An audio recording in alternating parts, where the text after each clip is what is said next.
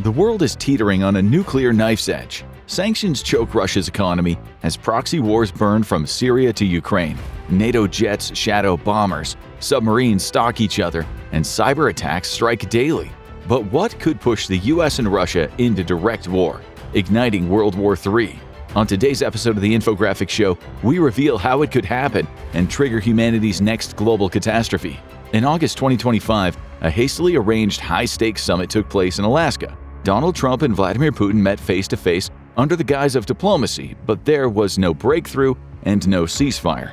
Washington tried to sell the meeting as progress, even floating security guarantees for Ukraine. On paper, it sounded bold. In practice, it was nothing more than wordplay. NATO membership was off the table, Kyiv was cut out of the deal, and Putin had forced the United States to acknowledge the new status quo. Putin's smirk says it all. By sidelining Ukraine and forcing Washington's hand, he has cracked NATO's unity. Europe stands alone. Across the continent, leaders felt abandoned, and behind closed doors in the Kremlin, Russia's war plan moved from paper to reality.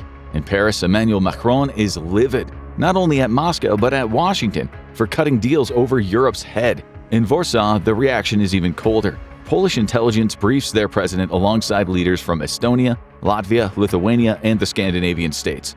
Memories of Yalta, the great powers deciding Eastern Europe's fate without its consent, flare once again, raw and unhealed. For Moscow, it's the opening move in a plan years in the making. Spetsnaz recon teams map every piece of terrain, every ridge and gully.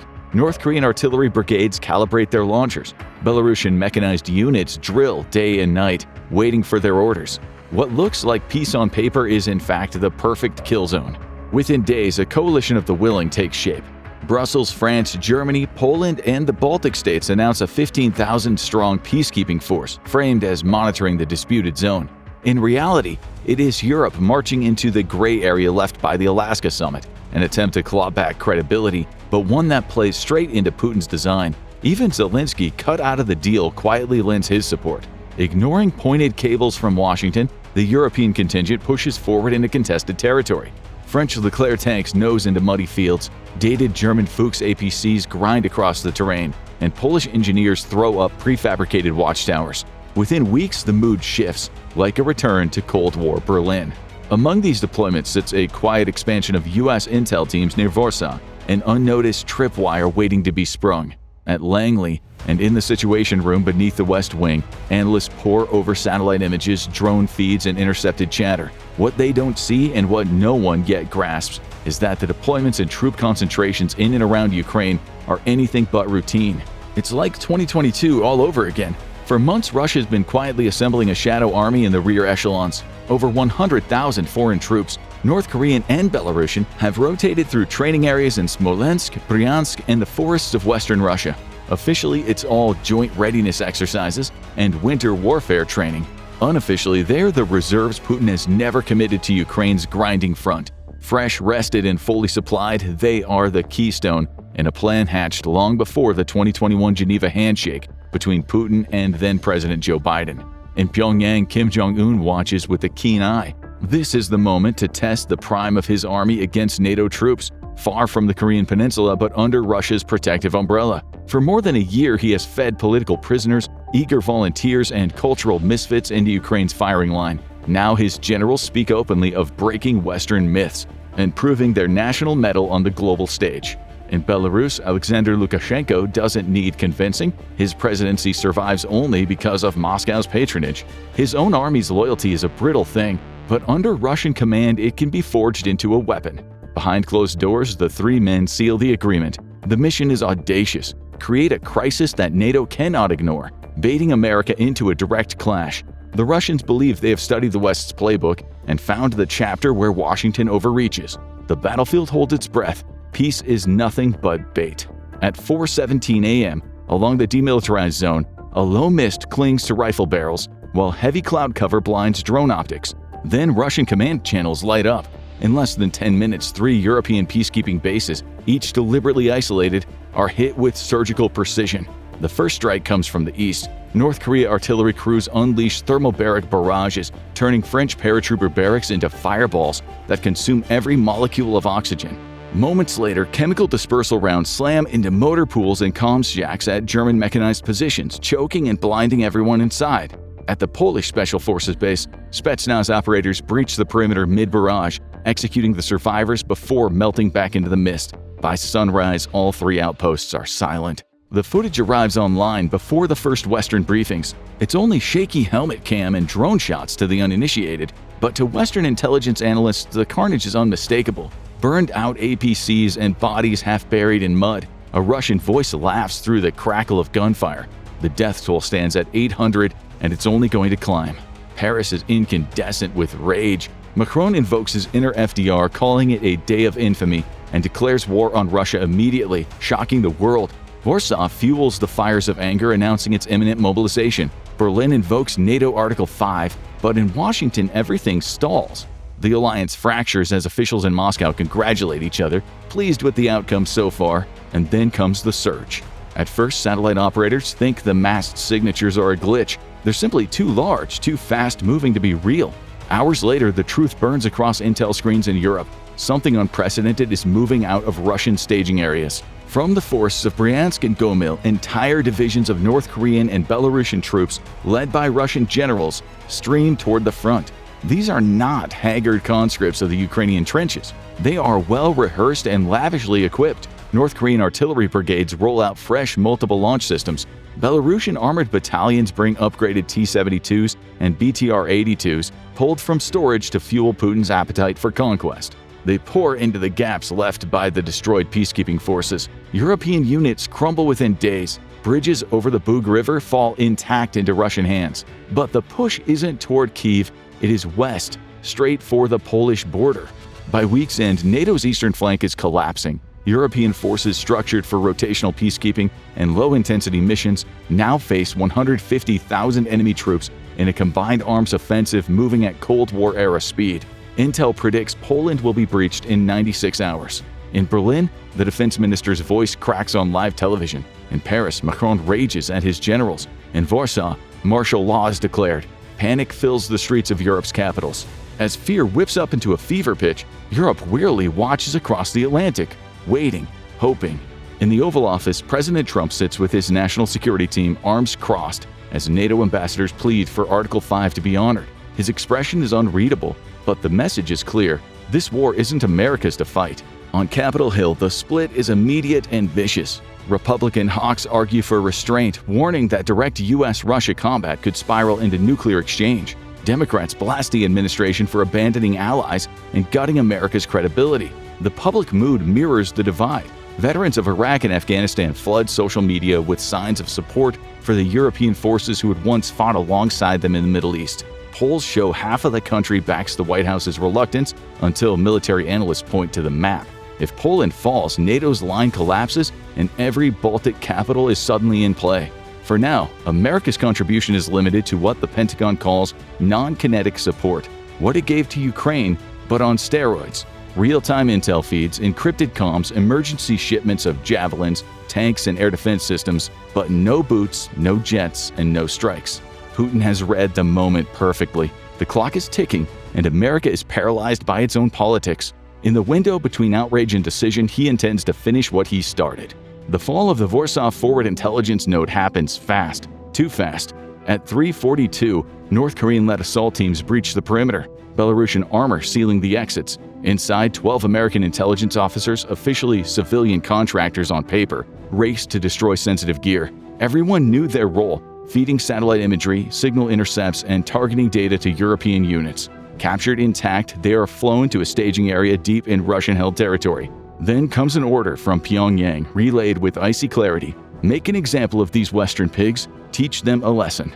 Cameras are set. The prisoners are forced to their knees. At 0900 local time, the feed goes live. Across the globe, newsrooms hesitate for seconds before cutting in. The world watches as North Korean soldiers execute all 12 with automatic rifles. The gunfire echoes through television speakers from Seoul to San Francisco. The reaction is instant and visceral. Americans murdered deliberately and publicly by a regime already promising to reduce U.S. cities to ash. In living rooms, on trading floors, in Capitol Hill offices, the message lands like a sledgehammer. This is no longer Europe's war. America has just been dragged into it. Historians' minds race back to Hitler's ill-advised declaration of war on the United States following Pearl Harbor. Nobody can quite explain the decision to attack innocent Americans, but everyone is incensed. The executions are still replaying on every network when a second blow lands. But this one is invisible. At 02:11 Eastern, Wall Street's trading terminals freeze. Credit card transactions fail from Boston to Los Angeles. Within an hour, JP Morgan, Citibank, and Bank of America take their systems offline to contain the damage. Then the lights begin to die. It's a worst-case scenario for a nation that is perpetually plugged in. Rolling blackouts sweep New York, Chicago, and Dallas as regional power grids stutter under malicious code. Airports ground flights. Emergency services revert to radios and handwritten logs. Cyber Command traces the intrusion paths with grim certainty to GRU operators in Moscow working in tandem with North Korean cyber warfare units in Pyongyang.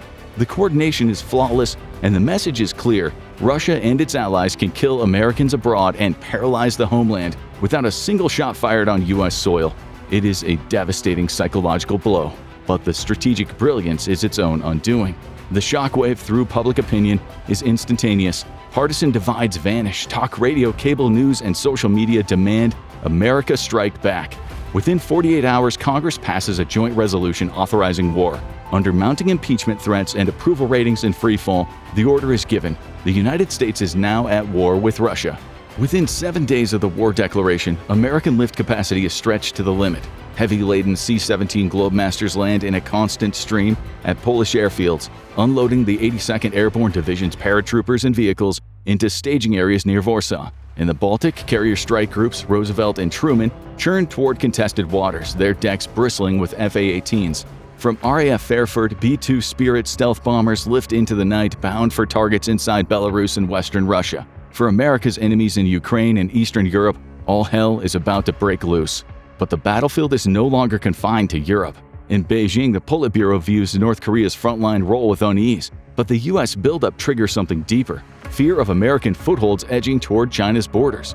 Within days, People's Liberation Army Navy warships begin defensive patrols in the South China Sea, shadowing U.S. and Japanese vessels in tense radio-silent formations. It is a grim development for a West whose eyes are fixed on the European battlefield. In Tehran, the Revolutionary Guard seizes the moment. Orders flow to dormant Hezbollah fighters in Lebanon, Shia militias in Iraq, and Houthi rebels in Yemen to strike American and Allied targets while Washington's gaze is fixed on Europe. Israel responds with a precision air campaign against Iranian cities, detonating a chain reaction of regional conflict. The world map fractures into 4 distinct fronts. In Europe, NATO and U.S. forces clash with Russian-led coalitions in Poland and the Baltics. In the Pacific, Chinese and U.S. navies maneuver toward confrontation as North Korea's supply lines come under threat. Across the Middle East, proxy wars ignite, drawing Israel, Gulf states, and U.S. assets. And in cyberspace, worldwide infrastructure buckles under a sustained wave of state-backed attacks. The war has gone global fast. Throughout the chaos, the nuclear question remains the elephant in the room. Russia's nuclear doctrine is unambiguous. Nuclear weapons may be used to respond to a conventional weapons attack that creates a critical threat to its sovereignty and territorial integrity, or to that of Russia's ally, Belarus. As U.S. armor pushes toward Belarus, Putin sees the doctrine's tripwire tightening. In back channels, Moscow and Washington trade hurried messages, sketching red lines neither will cross. On the ground, divisions push forward, airstrikes pound deeper. Momentum outruns diplomacy. Both leaders gamble that the other will flinch before the abyss. Both are wrong. The world is standing on the edge of a nuclear exchange. The day the world changes forever begins with a single order in the Kremlin. American armored spearheads have crossed into Belarus, their lead elements less than 100 miles from Russian soil. For Vladimir Putin, the red line has been crossed. The authorization code travels through secure channels to a submarine lurking in the Baltic. Minutes later, a tactical nuclear warhead erupts from the water, its path set for the USS Gerald R. Ford carrier strike group. The detonation is apocalyptic and totally unexpected. One blinding flash, a towering column of superheated air, and 5,000 Americans vaporized in an instant. The message is meant to transmit Russia's will to fight conventionally, but that any assault on its territory will be met with nuclear fire. In the Kremlin's calculus, this should shock Washington into pulling back, just as similar threats have done to American presidents in the past. But in Washington, the effect is the opposite. The Oval Office becomes a storm of fury. Across the country, news networks loop the mushroom cloud over the Baltic. A new precedent has been reached, and the point of no return feels inevitable. Public opinion hardens overnight. While Congress roars for vengeance under crushing political pressure, the president authorizes a nuclear counterstrike. At 0214 local time, a B-2 Spirit from RAF Fairford drops a single nuclear gravity bomb on Severodvinsk, the Russian naval base believed to have launched the attack. The base ceases to exist in a rolling sphere of plasma and shockwave, leaving tens of thousands dead. The nuclear threshold has now been breached. There is no easy path back. Capitulation means humiliation, and escalation risks annihilation. Neither side can afford to blink. The use of nuclear weapons triggers dormant clauses and war plans across the globe. In Brussels, NATO invokes Article 5 in its starkest form, now encompassing nuclear defense. Britain and France, each with independent nuclear arsenals, begin targeting Russian strategic launch sites. Submarine patrol patterns shift, while bombers are armed. Every NATO capital understands that collective defense now means collective exposure to nuclear war. It's a scenario all feared, but few believed would transpire in their lifetimes. In Beijing, the Standing Committee of the Politburo faces its own nightmare choice: directly support Russia, and China risks nuclear confrontation with the United States. Abandon Moscow, and it faces a post-war world where American military dominance spans both Europe and Asia. They choose a narrow path, choosing to bolster North Korea's defenses and keep Russian supply lines open covertly, but stop short of direct military engagement with U.S. forces. The nuclear exchange between Washington and Moscow acts like a starter pistol for long-simmering rivalries. In the Middle East, Iran moves first. Khorramshahr-4 ballistic missiles capable of carrying a payload of almost 4,000 pounds rained down on Tel Aviv and Haifa. Israeli Iron Dome and Arrow 3 interceptors managed to stop some, but not all. Civilian casualties and infrastructure damage are severe enough that the Prime Minister's office issues an unprecedented live broadcast. If another missile crosses into Israeli airspace, Israel will exercise its full nuclear rights. Within hours, Israeli Jericho 3 missiles are readied in silos and on mobile launchers, visible to satellite reconnaissance. Gulf Arab states, fearing both Iranian retaliation and Israeli escalation, begin quietly evacuating foreign nationals. In South Asia, Indian and Pakistani forces mobilize in parallel. China's Southern Theater Command deploys Type 55 destroyers and Yuan-class submarines toward the Malacca Strait and the northern Indian Ocean. New Delhi responds by moving elements of its Eastern Naval Command and Sukhoi Su-30 Mark I squadrons toward the Andaman and Nicobar Islands. Islamabad, sensing opportunity and danger in equal measure, shifts 2 armored corps toward the line of control in Kashmir. Meanwhile, Turkey delivers a geopolitical shock of its own. Citing NATO's collective defense obligations, Ankara closes the Bosphorus and Dardanelles to Russian naval traffic, locking the remnants of the Black Sea Fleet inside. Well, the few that haven't already been sent to the bottom by Ukraine's non-existent navy.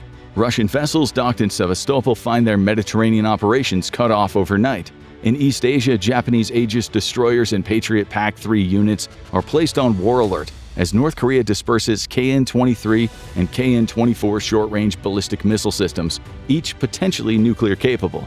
The U.S.-Japan Mutual Defense Pact is formally activated, drawing American 7th Fleet resources into yet another theater.